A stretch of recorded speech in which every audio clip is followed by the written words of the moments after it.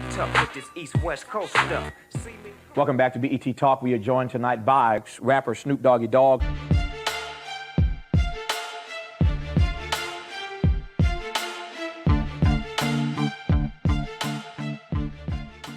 California, we go now to Illinois, to Tanya. Tanya, thanks for calling. You're on BET Talk. Yes, I want to give much props to BET and to you, Travis. To Snoop, I want to know, what is your relationship with Suge Knight and with Biggie Small? My relationship with Suge Knight, that's my CEO, my partner, my homeboy, my love, my business, my inspiration, my love.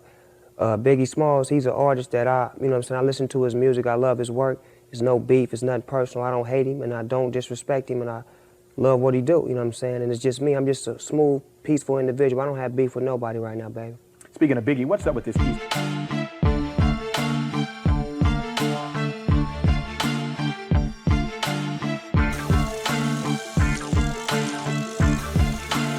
Speaking of Biggie, what's up with this East Coast, West Coast thing? Is this a media generated hype that continues to go on, or is there something to this? Where do you come down on this whole East Coast, West Coast conflict? Well, basically, my point of view on the whole East Coast, West Coast thing is that you have West Coast radio stations that play East Coast music nonstop frequently. It's a part of their programming.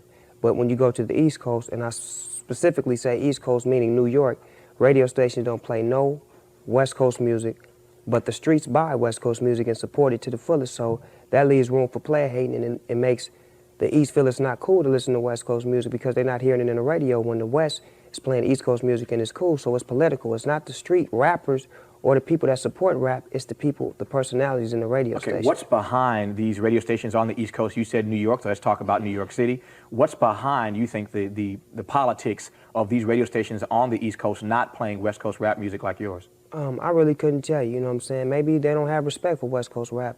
I don't know, you know what I'm saying? But I know the streets, the people on the streets of New York and the rappers out there as well, they love West Coast rap, they respect it, and they give us all our props. It's just the radio personalities. It's like I could go out of town in New York right now and go do a radio show, and they might only have 1 or 2 of my songs in there, but I can go to D.C. in a radio station, and they got every song I ever put out on a single. Yeah.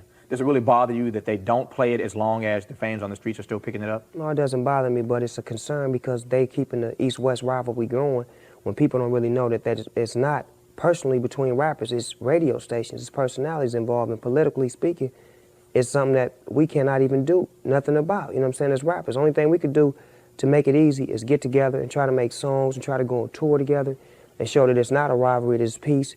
And that's, from my point of view, I got my hand out to any rapper that want to go on the road with me and make some money and make it happen.